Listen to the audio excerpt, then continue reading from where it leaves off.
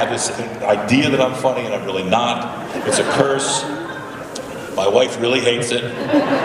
So do my kids. So, I had been directing Picard for the first couple of seasons, so I had spent a lot of time with Patrick and a lot of time with the crew. So I was very comfortable on the set of Picard. Coming back to play Riker, as I've said publicly, I was a nervous wreck in season 1 because I hadn't acted in about 10 years, and Patrick was at the top of his game in Marina. My lovely Imzadi had just closed in a play on the West End in London, so I knew her acting juices were flowing. So in the Pizza Riker, Nepenthe episode, which I like to call the Pizza Riker episode, I was nervous, but it worked out great, and the wonderful Michael Chabon wrote a script that was just delicious, and it informed a lot of what's going on with Riker and Picard. For those of you who are watching, there's this antagonism between the two of them, which is kind of new but wonderful to play.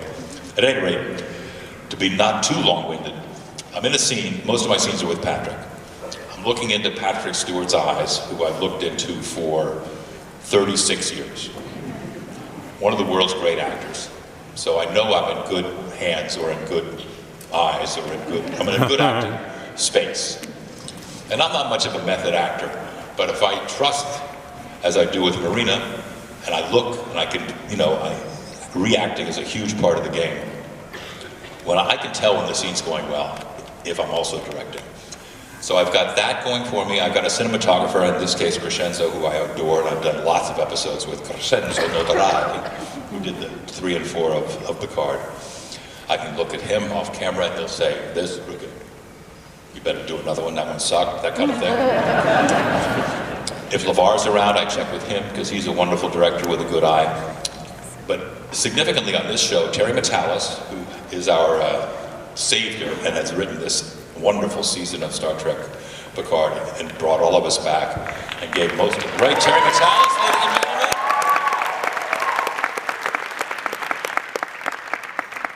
It's called a great man. Engelmeyer. And Doug Arniakowski, who is the producing director on the show, who I've trusted a long time as well as a director. So I've got 2 other directors watching me. I've got actors who I trust. So the short answer is, I'm in a space in which, if I didn't feel I was doing a good job, I would certainly go again and make an adjustment that I felt. And I also have 3 or 4 other references who know the script even better than, or as well as I do. So I'm surrounded by a support group and also in the new Star Trek, as you probably can tell from watching it, meaning the Discovery, Picard, Strange New World Star Trek, which is this influenced very much by the JJ visual, cinematic, filmic approach to Star. As Robbie Duncan McNeil says, we shoot to thrill. We are only limited by our imagination in terms of shot making. So there's a lot of Dutch, there's a lot of handheld. I mean, we still have to get the close-ups that we all need to feel the power of the story, and I use them, I think, effectively, because I'm not crazy about the camera moving for no reason at all. So eventually, when I move the camera, it has what I hope will be it'll make a point. God, I've gone way off, haven't I? I've just gone rambling right off. How's that answer? Too long? No. Thank you.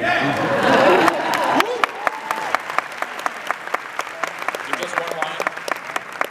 Just one line? Just one? Yes. Because I looked over here longingly and it was empty.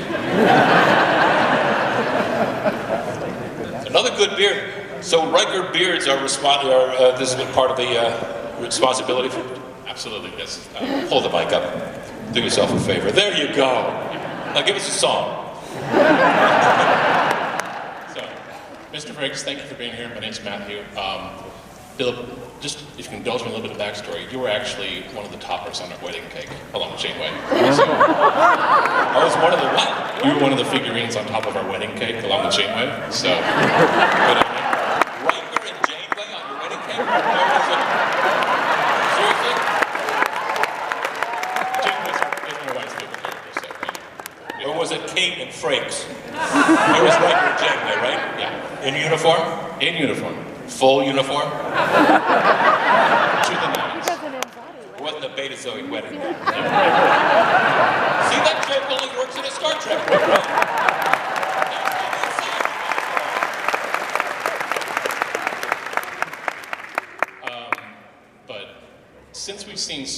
of Star Trek.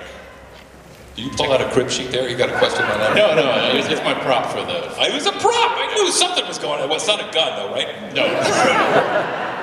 Leave the cannoli, right? We've seen so much technology come to life, a la like these little magic boxes in our pockets. How do you feel about the current headlines around artificial intelligence, and do you think we'll ever see a real-life measure of a man scenario? Oh, yeah, that's a very au courant question. Sorry. I'm concerned about the app that writes scripts now. What's it called? Not iMerge. There's probably a million at this point. Chat. Yes. So you say to it, write me a Star Trek script featuring Data and Geordi with a conflict on Metalis Prime, and it happens. It may not be great, but it has enough information from, just from the third season of Picard. I think it's a very scary, dangerous, inevitable, like the toothpaste is already out of the tube kind of situation, is it not? And one of the things about the AI stuff scares the shit out of me when you look at when you go on your social and you see people you recognize, and then there's this is a so-and-so, this is and it's a face that's been created, and it looks obviously like somebody you think you might know. That's scary. And I know James Cameron wants to get rid of actors altogether, as you can tell. By Avatar. He'd be thrilled if he never saw a real actor again.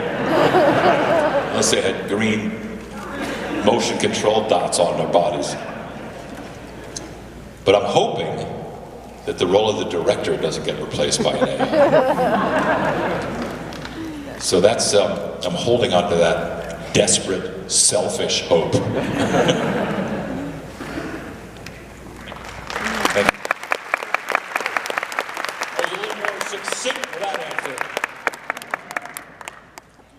Another nice beard. 3 for 3. I'm not sitting here being Berlin, but I can recommend Kansas City Jazz for one, so we'll get that out of the way.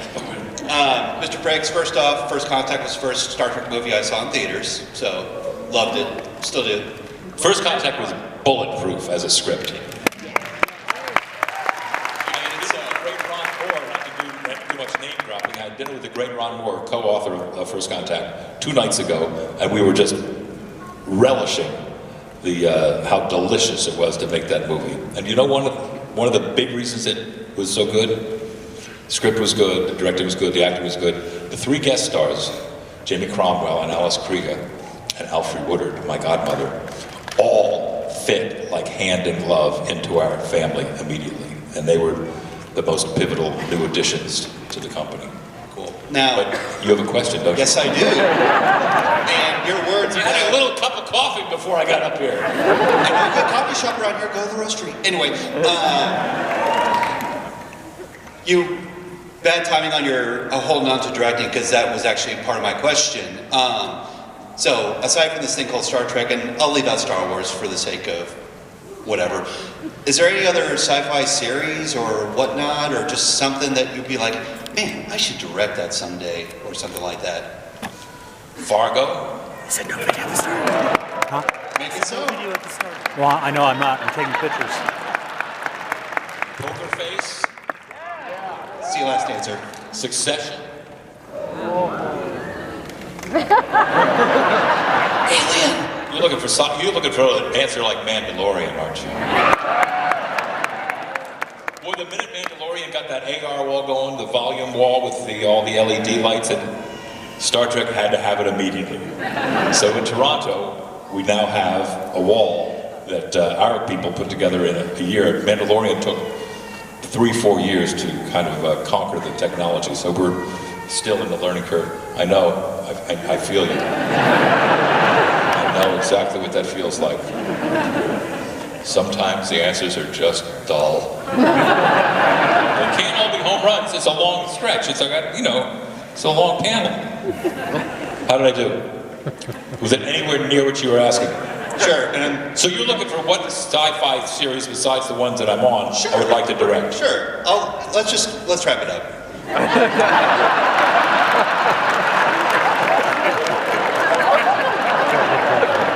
All right, thanks for your time.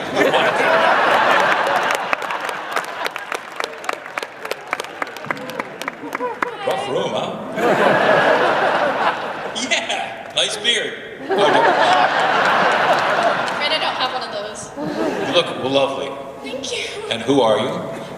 My name is... Who are you playing? I'm dressed as Technoblade. Technoblade. Yeah.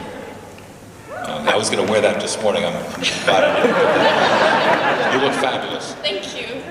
My one question for you is, do you have any stories about costume or set mistakes or anything that happened on Star Trek? I've worn some mistakes. Let's talk about Angel 1. You're too young. You weren't even born when this series was on. Riker, who I used to play on Star Trek The Next Generation, Wild Bill Riker, Picard's Big Willie, he was sent to a planet. How should we describe Angel 1? It was a planet dominated by women? Is that the deal? So I was sent down there in a décolleté, nipple exposing, codpiece holding, slinky, just short of a nipple ring is how I went down. You remember this blue thing that I wore? Nobody else would wear it. It was like that episode with Armus, the black slime. Remember that episode? Nobody would get in the black slime. I was like Mikey, which you also don't remember. It was a guy who would eat all those cereals, right? Oh, Mikey will eat it. So they shoved me into the black slime, which was actually printer's ink. Black printer's ink in hundreds of gallons of Metamucil. Spell that one out.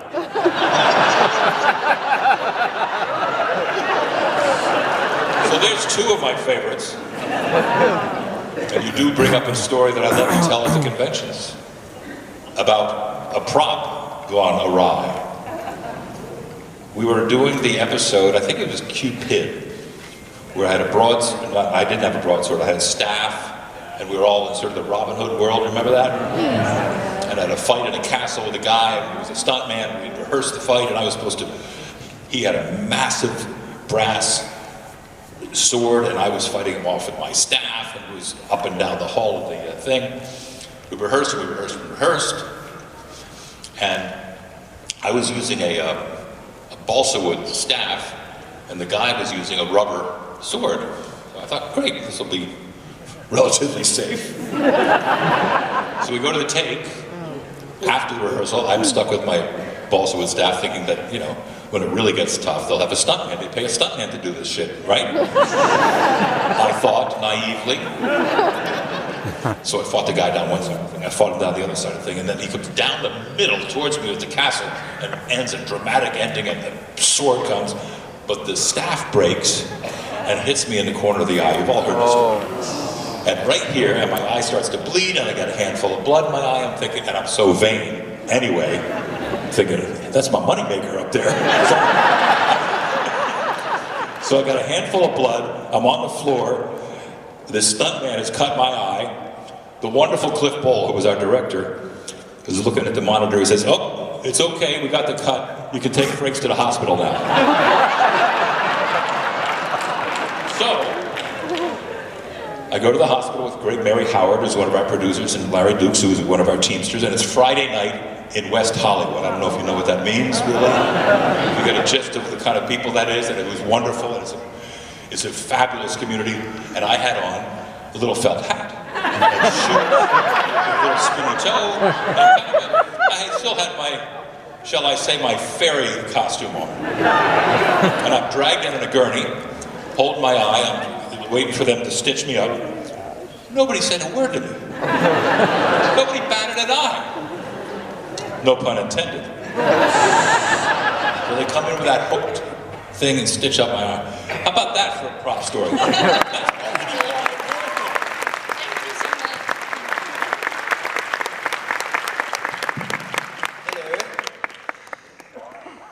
So, I play the trombone Riker plays the trombone. Can you do that in real life, or is my life a lie?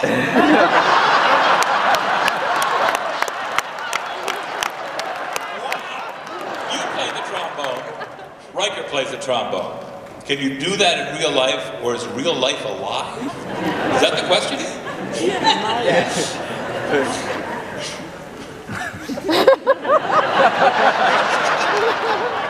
See, this one I think I could mess with. Because he's wearing shorts in the winter.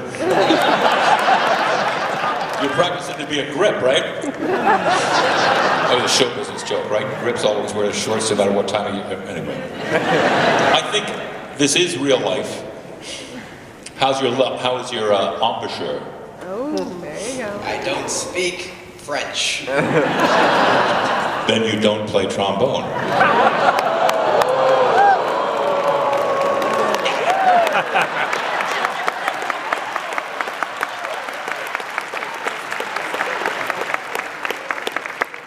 What's this part of the trombone package when you put your lips together and press on the thing? Mouthpiece. No, this part. That's your The embouchure.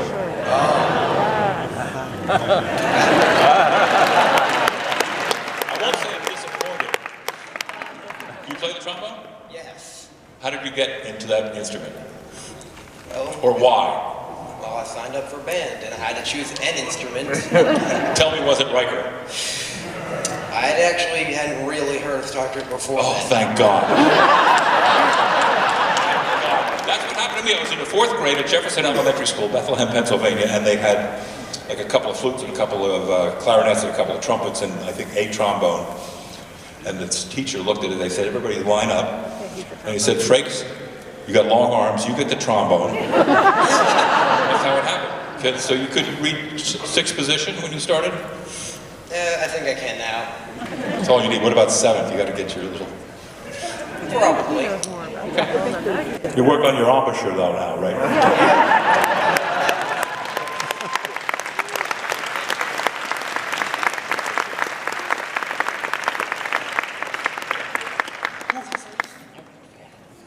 How you doing down here?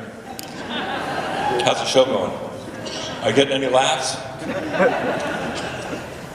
Okay, good. Chris Rock. Hi. Get the face palm shirt on? I do. Oh, hold on.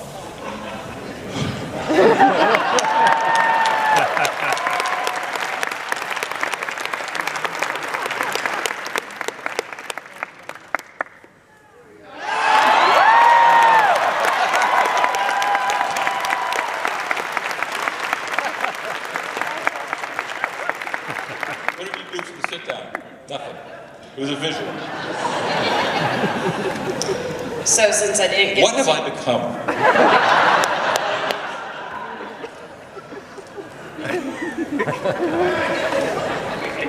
Go ahead. You got a question. So since I didn't get to ask Mr. Shatner this question, I'm going to ask you because you'd probably give me a better answer and not a 30-minute conversation.